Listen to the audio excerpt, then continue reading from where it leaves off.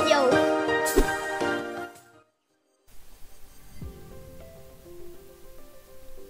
Music 4, Week 3 to 4. Ang magkahawig at hindi magkatulad na mga musical phrases. Okay, so wala pa rin tayong nare-receive na module para sa grades 4, 5, and 6.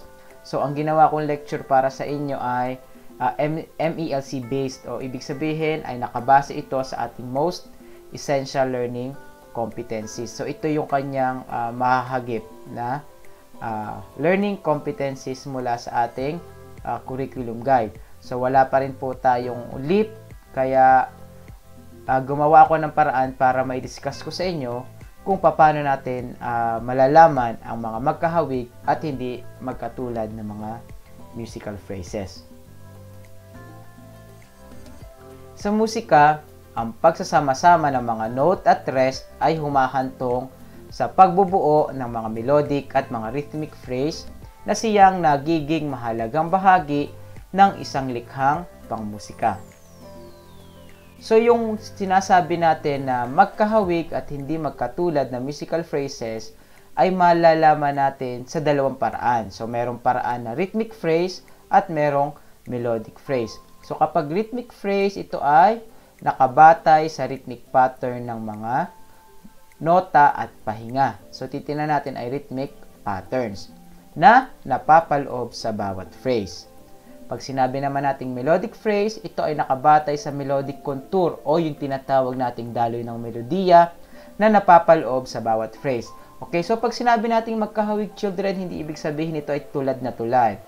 So pag magkahawig, they are identical pero pwedeng hindi exactly the same. So para bang kambal, magkamukha sila pero hindi sila magkatulad na magkatulad. So kapag sinabi namang hindi magkatulad, wala talaga silang pinagkatulad. So magkaiba talaga sila.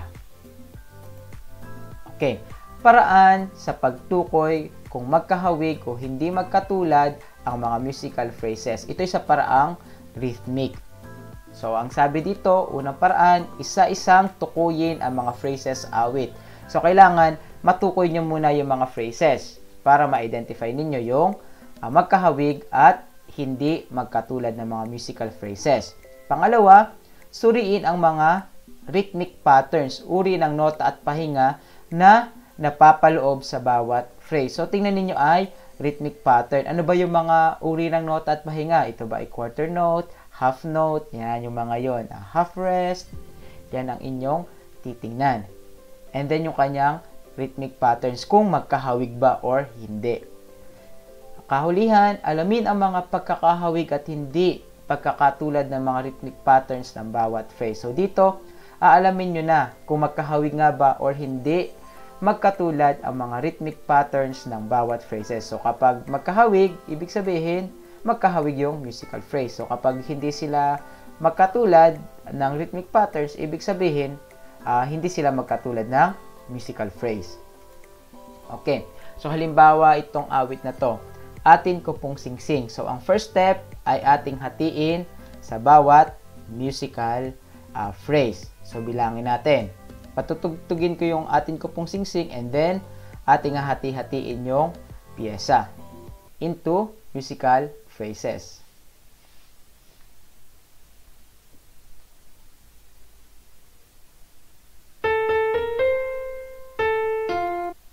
Yan. So, isa na siyang musical phrase. Next, second phrase. Yan.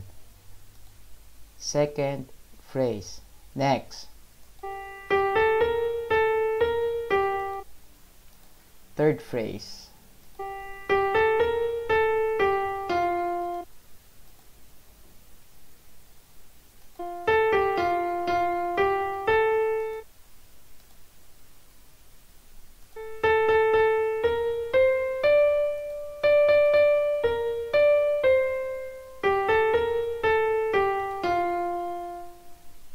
So, yan yung mga musical phrases ng awit na atin ko pong singsing. So, bilangin natin. 1, 2, 3, 4, 5, 6, 7, 8. So, meron tayong 8 na musical phrases sa awit na atin ko pong singsing. Okay. Kung mapapansin nyo, meron akong nilagyan dito ng iba't ibang kulay ng numbers para guided kayo, para kita nyo agad. So, ibig sabihin, pag magkakatulad ang kulay ng numbers, ibig sabihin, magkakatulad sila ng musical phrases sa batayang rhythmic. So, rhythmic pa lang ang titingnan natin. So, tingnan natin itong rhythmic pattern muna na 2, 3, 4, 5, 6, 7, 8. Ayan. So, tingnan natin yung kanyang pagkakagawa ng ating phrases. Ayan. So, ating isulat muna yung kanyang composition ng notes. So, meron tayong dalawang 8 note. Ayan. And then, meron tayong tatlong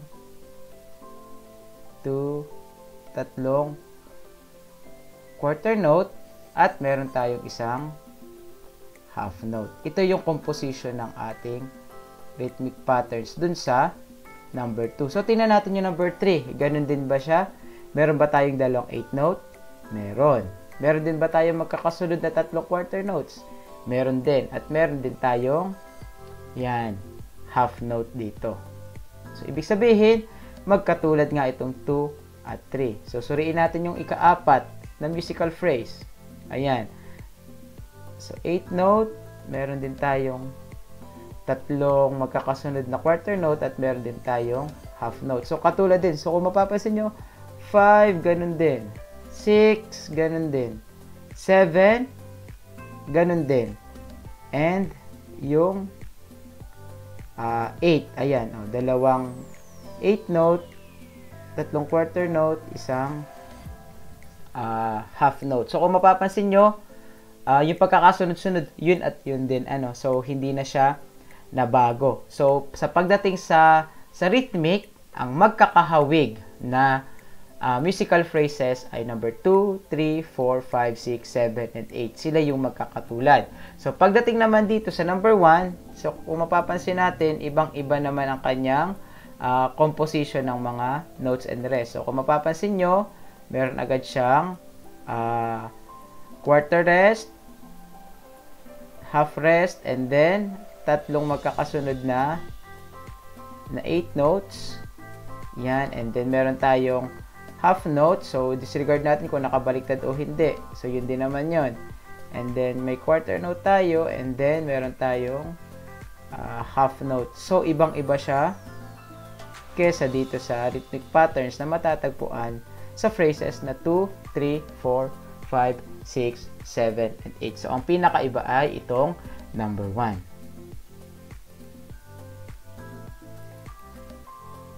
Okay. So, dumako naman tayo sa paraang melodic. Ayan. So, katulad sa rhythmic, isa-isahin nyo ring tukuyin ang mga phrases sa awit. Yan yung unang paraan lagi. Suriin ang mga melodic contour o daloy ng melodiya na napapaloob sa bawat phrase. Alamin ang pagkakahawig at hindi pagkakahawig ng mga melodic contour ng bawat phrase. So, nakatutok tayo dito isa melodic contour. Yan, guhitan natin. O yung tinatawag nating daloy ng melodiya. Ito ba ay pataas pababa, pababa pataas, pantay lang ba? So, makikita naman natin yan hanggang dumadaloy ang ating lesson. Okay. So, ipapakita ko na sa inyo yung pagkakahati-hati kanina. Kasi nahati na naman natin yan kanina pa. And then yung numbers. So, sinasabi ko sa inyo, pag magkakatulad ng kulay, sila yung magkakatulad ng magkakahawig na musical phrases. Okay, so kung mapapansin nyo, nasa paraang melodic tayo ha, melodic. So, paano po ba nalalaman yung daloy? Sugsugin niyo yung mga nota. Yan, katulad dito, pataas, pababa. So, ang kanyang movement ay pataas, pababa. Isa number 2, sugsugin din natin. O, pataas, pababa. Hindi man sakto yung mga nota na kung saan nakalagay yung mga nota, dahil sinasabi nga lang naman natin magkahawig, hindi naman kailangan exact na magkatulad na magkatulad. So, okay lang kahit hindi sila magkatulad na magkatulad, basta yung direction nila or yung daloy nila ay magkatulad. Kahit yung placement ng mga nota sa mga staff ay hindi magkatulad na magkatulad. So, katulad dito sa number 3, kung mapapansin nyo ito, pataas, pababa, pero medyo tumaas dito, pero okay lang siya kasi ganun pa rin naman yung movement niya. Pataas, pababa. Sa number 4, ganun din, pataas, yan, and pababa. Sa number 5, mamaya natin puntahan kasi ang ating movement dito ay iba. Sa number 6, na iba din. 7, na iba. Kaya iba ang kulay. So, sa number 8, ganun din ang kanilang direksyon. Pataas at pababa. Kaya, sa pagdating ng melodic phrase, yan, sa pagtingin natin sa melodic contour nila, na-identify natin yung kung alin dito ang magkahawig. Ayan. So, 1, 2, 3, 4, and 8 ang magkakahawig dahil ang kanilang movement lahat o ang kanilang daloy ng melodiya ay pataas at pababa. Yan, parang bundok.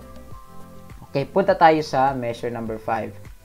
So, sinasabing measure number 5 daw ay katulad ng measure number 7. So, tingnan nga natin. So, ito namang measure number 5 and 7.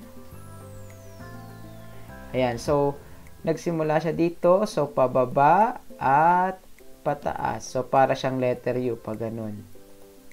So, ito, yan. So, nangyari dyan ay pababa at pataas. Ayan. So, parang halos magkahawig itong 5 at 7. Di man tulad na tulad, pero halos magkahawig kasi sila ay parehong pababa, pataas. And then, to number 6, ang direction naman nito ay pataas lang. So, nagsimula siya sa pantay bago siya tumaas. So, magkakaiba itong number 6 to 5 at 6 to 7. Pero itong 5 at 7 is considered na magkahawig.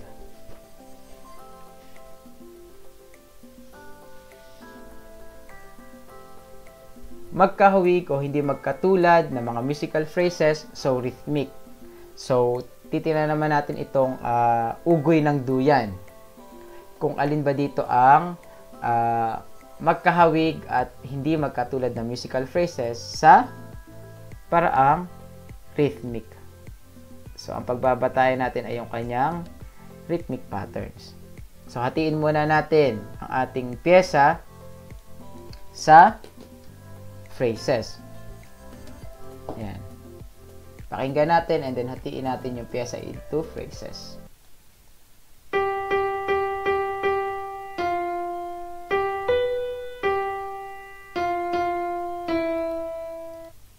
Yan. So, ito yung una nating musical phrase.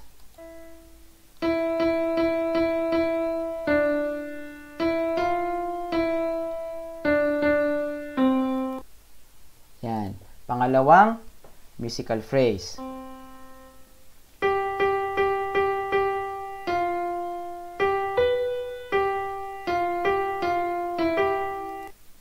Pangatlong musical phrase.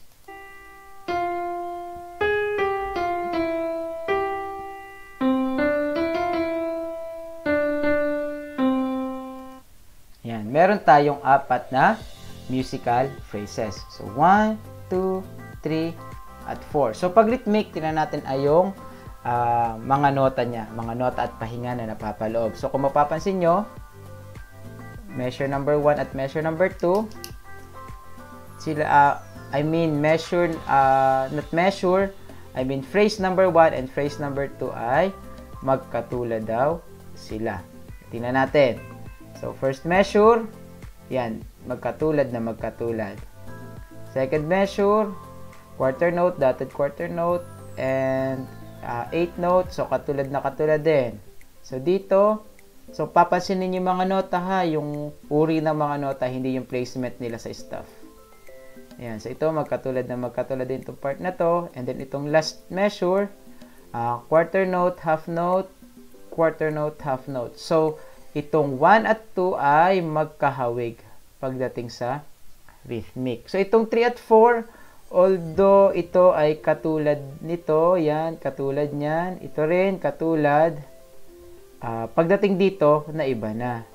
Yan, kaya siya ay naiba na ang kanyang rhythmic pattern. So kung mapapansin nyo, iba na dito sa parting third measure ng bawat phrase at saka doon sa fourth measure. Kaya naiba na siya. And then yung number 4, obviously, ibang-iba naman yung kanyang rhythmic patterns dito.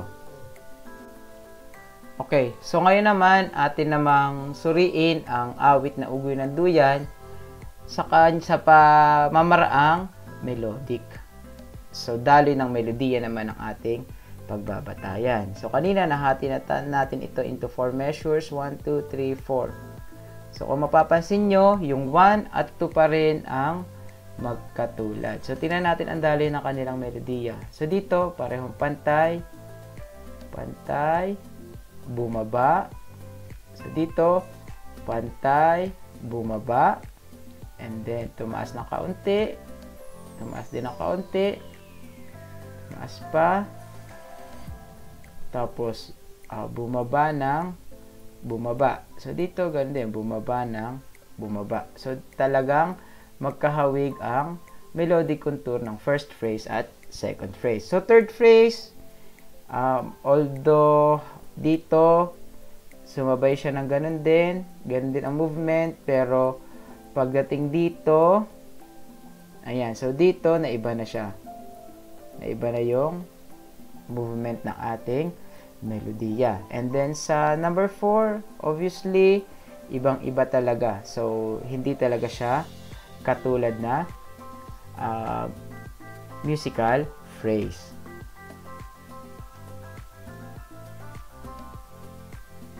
Next, awit na Twinkle Twinkle Little Star. So ngayon, atin ulit alamin ang musical phrases ng awit na Twinkle Twinkle Little Star sa pamamagitan ng pakikinig dun sa awit.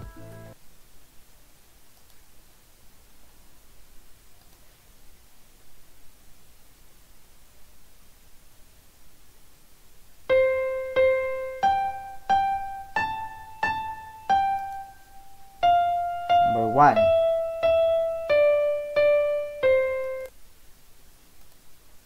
Next.